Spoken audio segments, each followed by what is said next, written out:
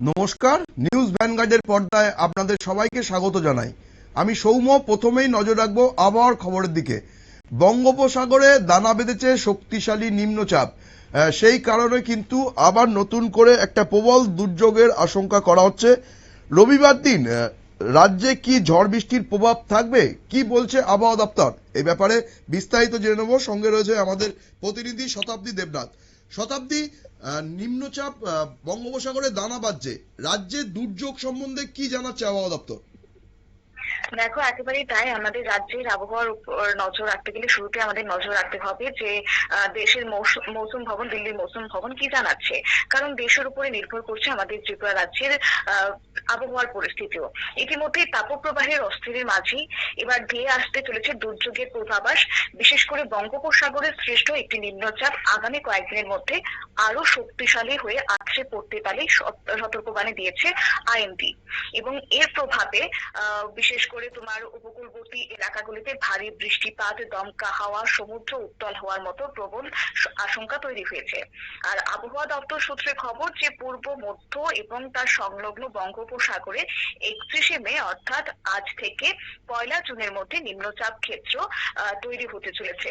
বায়ুমণ্ডলের অনুকূল পরিস্থিতি এবং সমুদ্র পৃষ্ঠের অতিরিক্ত তাপমাত্রার কারণে এই নিম্নচাপটি ধীরে ধীরে শক্তি বাড়িয়ে গভীর নিম্নচাপে পরিণত হতে পারে। পরিস্থিতি আরো অনুকূল হয়ে থাকতে পারে বলে খবর। তবে এটি তীব্র রূপ ধারণ করে ঘূর্ণিঝড়ে রূপান্তরিত হতে পারে বলে আবহাওয়াবিদরা মনে করছেন।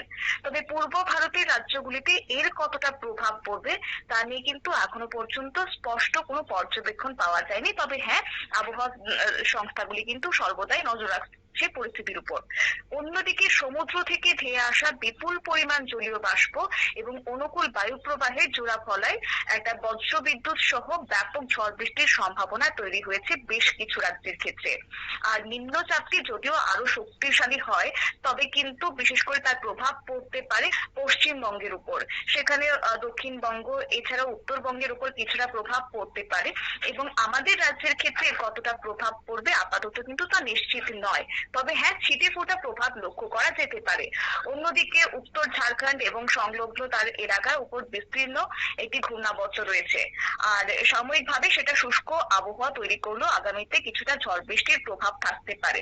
হাওয়া অফিস এও জানাচ্ছে যে নিম্নচাপ অক্ষরেখাটি বর্তমানে মধ্য পাকিস্তানের উপর অবস্থিত ঘূর্ণাবর্ত থেকে উত্তর উপকূলীয় অন্ধ্রপ্রদেশ পর্যন্ত বিস্তৃত রয়েছে এবং এটি রাজস্থান, মধ্যপ্রদেশ, ছত্তিশগড়, দক্ষিণ উড়িষ্যা এবং তার উপর দিয়ে সমুদ্রপৃষ্ঠ থেকে 0.9 কিমি উচ্চতায় অবস্থান করছে।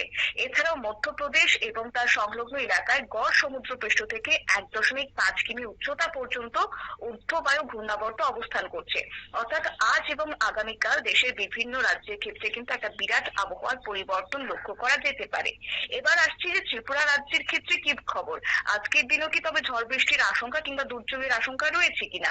দেখো, রাজ্যের আবহাওয়া দপ্তর জানাচ্ছে যে পূর্বাভাস অনুযায়ী, গত দিনের পূর্বাভাস অনুযায়ী আজকে কিন্তু তাপমাত্রা ঊর্ধ্বমুখী। অর্থাৎ সেক্ষেত্রে ঝড় বৃষ্টির সেভাবে প্রভাব না পড়লেও কিছুটা কিন্তু ছিটে ফোটা বৃষ্টিপাত লক্ষ্য করা যেতে পারে। আগামী 24 ঘন্টায় ত্রিপুরার বিভিন্ন জেলায় বজ্রবিদ্যুৎ সহ বৃষ্টিপাতের সম্ভাবনার কথা জানিয়েছে আবহাওয়া দপ্তর।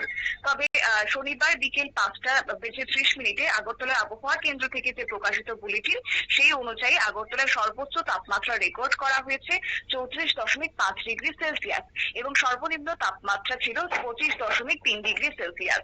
বাতাসে আপেক্ষিক আর্দ্রতার পরিমাণ সর্বোচ্চ 93% এবং সর্বনিম্ন 51% থাকার কথা রয়েছে।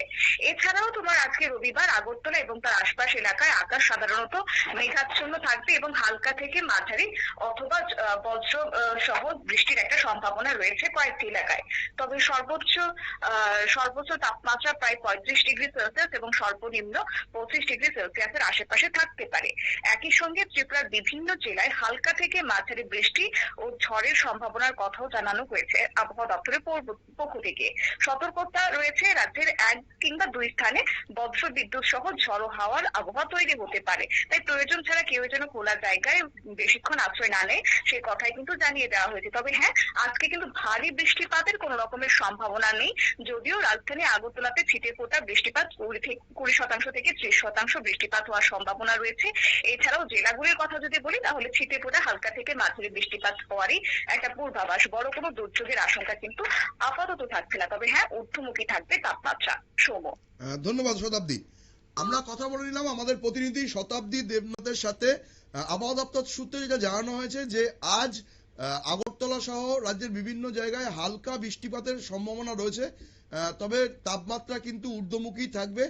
বড় কোনো দুর্যোগের আশঙ্কা কিন্তু আজ নেই, তবে যে নিম্নচাপ শক্তিশালী হচ্ছে বঙ্গোপসাগরে তার প্রভাব কিন্তু আগামী দিনে পড়তে পারে রাজ্যের আবহাওয়ায়।